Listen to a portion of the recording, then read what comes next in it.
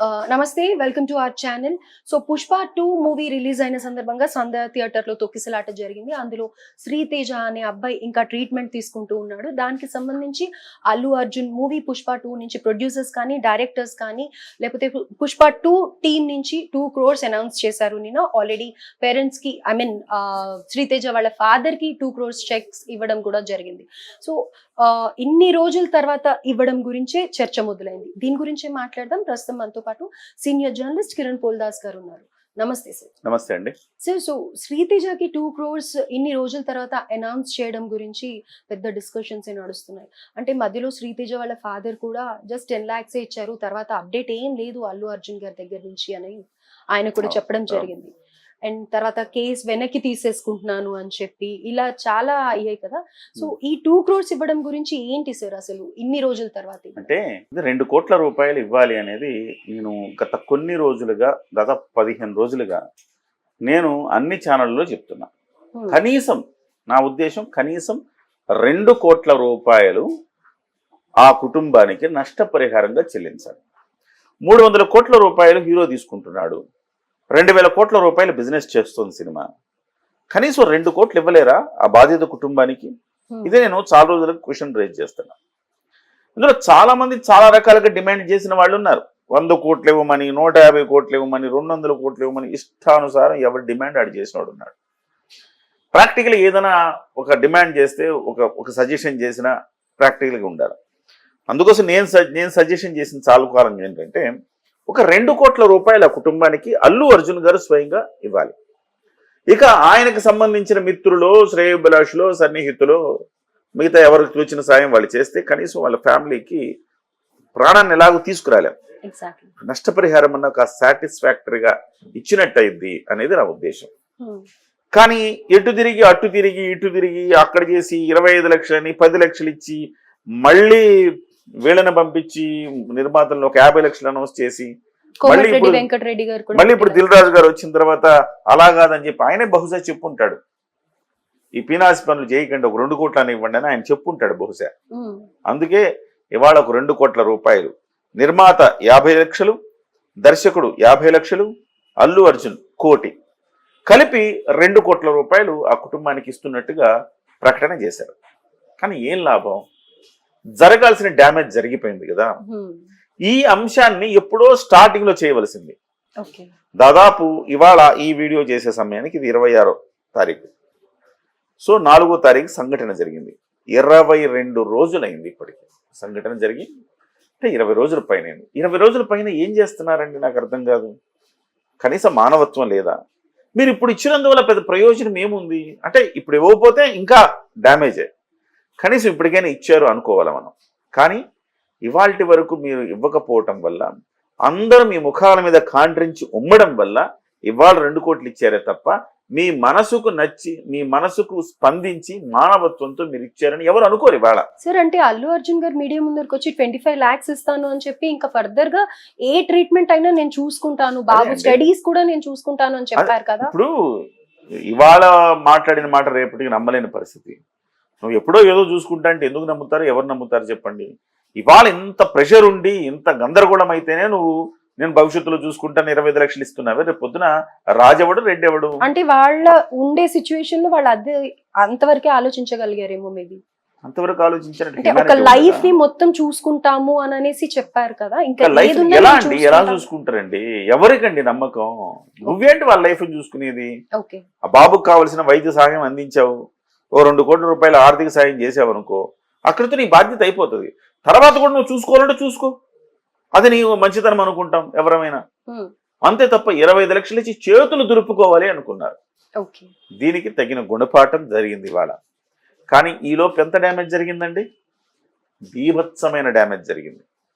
అల్లు అర్జున్ తన 20 ఏళ్ల కెరీర్లో ఎప్పుడు ఎదుర్కోనంత డ్యామేజ్ని వాళ్ళు ఎదుర్కొన్నారు.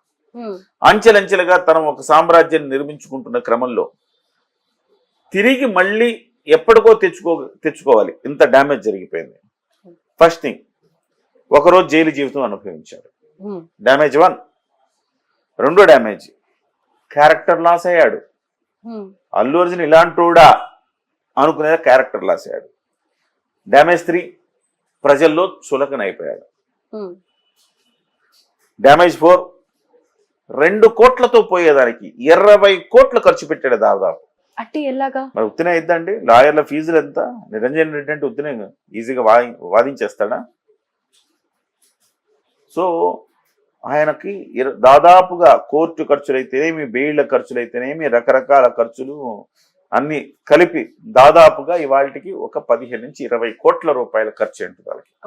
2 కోట్లతో వాళ్ళకి నిజంగా నువ్వు ఒక 5 కోట్లు వాళ్ళ కుటుంబానికి ఇచ్చిన నిన్ను గొప్పగా చూసేవాళ్ళగా. చాలా నువ్వు చివరికి నీకేమైంది?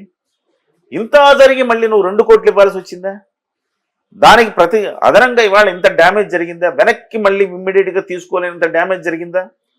తర్వాత నువ్వు ఆ లాయర్ని పెట్టుకుని నువ్వు వాదించిన వాదనలు ఏంటి? పోలీసులు కూడా ఎగబడ్డారు అల్లు అర్జున్ చూడడానికి అని చెప్పాడు. చెప్తే వాళ్ళు హర్ట్ అయ్యారు కదా, వాళ్ళు హర్ట్ అయ్యి మరింత టైట్ చేశారుగా కేసుని. ఇవాళ ఆ డ్యామేజ్ ఏంటి? ఇకపోతే ఇంకొక డ్యామేజ్ మనశ్శాంతి కరువైంది. ఈ సినిమా సూపర్ డూపర్ హిట్ అయింది. సరే వాళ్ళు అన్నట్టు బ్లాక్ బస్టరా కాదా పక్కన పెడితే హిట్ అయితే అయింది కదా, కలెక్షన్స్ వైజ్ అయితే డబ్బులు అయితే వచ్చినాయి మంచిగా. మరి ఆ డబ్బులన్నింటినీ అంత డబ్బులు వచ్చినాయి అన్ని చోట్ల మీకు సక్సెస్ మీట్లు పెట్టి అందరితో మాట్లాడి రావాల్సిన పరిస్థితి కదా. దేశవ్యాప్తం గౌరవాలు దక్కేవు కదా.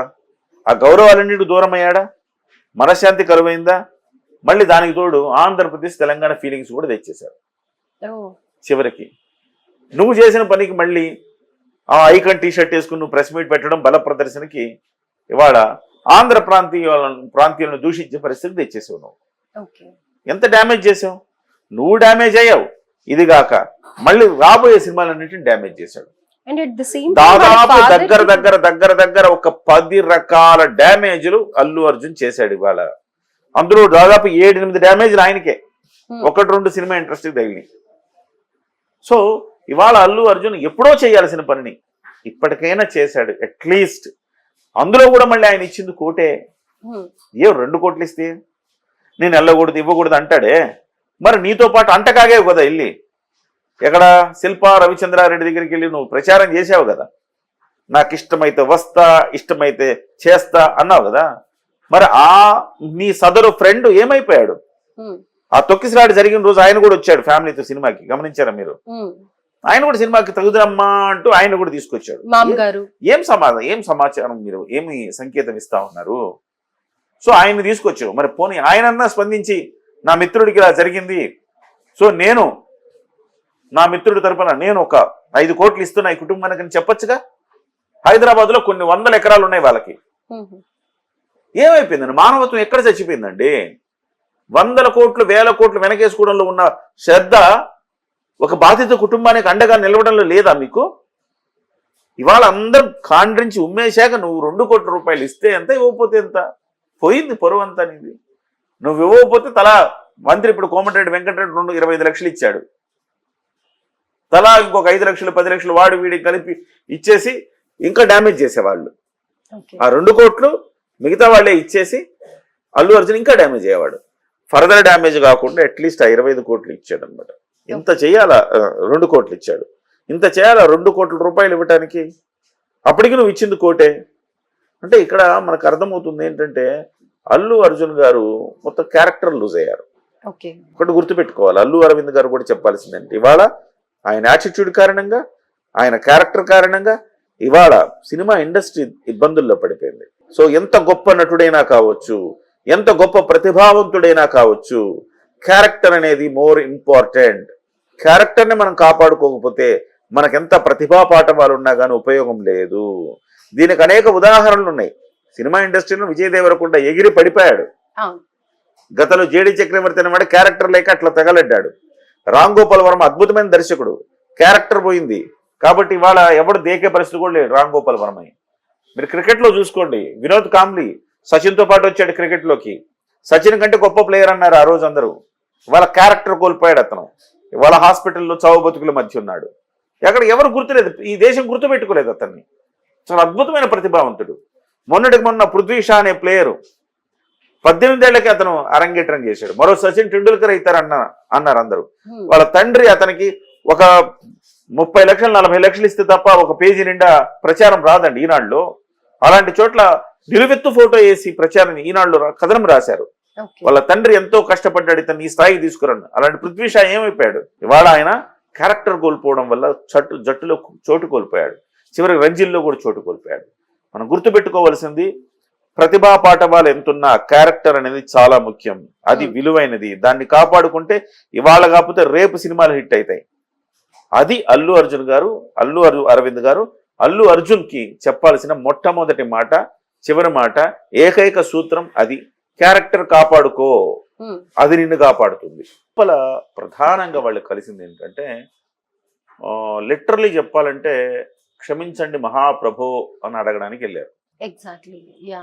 సో అల్లు అర్జున్ ఇష్యూ తర్వాత అల్లు అర్జున్ గారి యాటిట్యూడ్ ఫలితంగా ఇవాళ సినిమా ఇండస్ట్రీ మొత్తం రేవంత్ రెడ్డి గారి ముందు, ముఖ్యమంత్రి గారి ముందు సాగిల పడాల్సి వచ్చింది.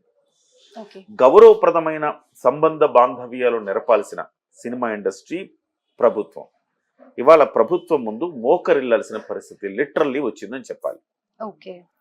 21 మంది ప్రొడ్యూసర్లు, 13 మంది డైరెక్టర్లు, 11 మంది యాక్టర్లు, హీరోస్.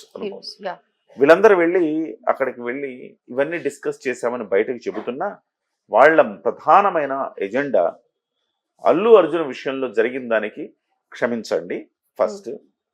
రెండవది, ఆ ప్రభావాన్ని మీరు ఇతర సినిమాల మీద చూపించకండి. బెనిఫిట్ షోలు, టికెట్ రేట్లు తగ్గించడం, బెనిఫిట్ షోలు తీసేయడం లాంటివి చెయ్యకండి. మూడవది, దీని మీద కక్షపూరితంగా వ్యవహరించకండి. సినిమా ఇండస్ట్రీ మీద మేము మీకు క్షమించమని కోరుతున్నాం అనేది 4వ రీజన్. ఇది చెప్పడానికి వెళ్ళారు. ఎందుకు మీకు డౌట్ రావచ్చు చాలా మందికి, అల్లు అర్జున్ చేసిన దానికి సినిమా ఇండస్ట్రీ ఎందుకు క్షమాపణ చెప్పాలి? మూల్యం చెల్లించాల్సిన పరిస్థితి ఏర్పాటు చేసుకున్నారు సినిమా ఇండస్ట్రీ పెద్దలే. సినిమా ఇండస్ట్రీ వాళ్ళు ఏం చేశారు? అల్లు అర్జున్ అరెస్ట్ చేసినప్పుడు ఏం చేశారు ఇండస్ట్రీ వాళ్ళు? అల్లు అర్జున్కి వెళ్ళి సంఘీభావం ప్రకటించారు. అల్లు అర్జున్కి సంఘీభావం ప్రకటించడము లేదా ఓదార్పు చేయటం అంటే అర్థం ఏమొస్తుంది? నేను పలు సందర్భాల్లో చెప్పాను, అనేక ఛానళ్ళలో చెప్పాను. అంటే మీరు సినిమా ఇండస్ట్రీ మీద ఏమన్నా మీరు బల ప్రదర్శన చేయదలుచుకున్నారా? మీరు పొలోమంటూ ఇండస్ట్రీ మొత్తం కూడా అల్లు అర్జున్ ఇంటికి వెళితే ఏంటి మీరు ఇచ్చే సందేశం, సంకేతం? రేవంత్ రెడ్డి చేసింది తప్పు, కుట్రపూరితంగా అల్లు అర్జున్ ఇరికిచ్చారు కాబట్టి ఆయనకి మేము సంఘీభావం తెలియజేస్తున్నాం, ఆయనకి మేము ఓదార్పునిస్తున్నామని చెప్పదలుచుకున్నారా? ఇదే సహజంగా వెళ్ళేది ఇదే. దాంట్లో మనలాంటి వాళ్ళకి అలా అనిపిస్తే ప్రభుత్వ పెద్ద, గుంపు మేస్త్రి అని చెప్పే సీఎం గారు రేవంత్ రెడ్డి గారికి ఏమనిపిస్తుంది చెప్పండి? సేమ్ ఫీలింగ్ ఆయన కూడా కలుగుతుంది. దీన్ని ఇతర పార్టీలు వాళ్ళకు అనుకూలంగా మాట్లాడుకుంటున్నారు. కానీ వెరీ కామన్ కదా, ఇఫ్ మన కలీగ్ కానీ మన ఫ్రెండ్ కానీ అలా జైలుకి వెళ్ళి వస్తే డెఫినెట్ గా మనం పలకరిస్తాం, మేమందరం ఉన్నాం, డోంట్ వరీ అన్న సపోర్ట్ ఇవ్వడానికి. దేనికున్నారు మీరు? ఒక చేయకూడని, ఒక అనుమతి లేని వ్యవహారంలో మీరు అక్కడికి వెళ్ళి మీరు బల ప్రదర్శన చేయడం వల్ల మీ యొక్క ఫ్యాన్ బలాన్ని మీరు నిరూపించుకునే ఒక ప్రక్రియలో భాగంగా ఒక తల్లి చనిపోయింది, ఒక బిడ్డ చావు బతుకుల మధ్య ఉన్నాడు. ఆ ఇష్యూలో కదా మీరు వెళ్ళింది జైలుకి. మరి ఆ ఇష్యూలో వెళ్ళినప్పుడు ఇమ్మీడియట్గా ఒక్కరోజులో సామాన్యుడికి లభించని రీతిలో మీకు బెయిల్ లభించింది కదా. ఒక్కరోజులో అన్ని పరిణామాలు జరిగిపోయినాయి కదా. మీరు ఒక రాత్రి జాప్యం వల్ల ఒక రాత్రి మీరు జైల్లో ఉండాల్సి వచ్చింది, గడపాల్సి వచ్చింది.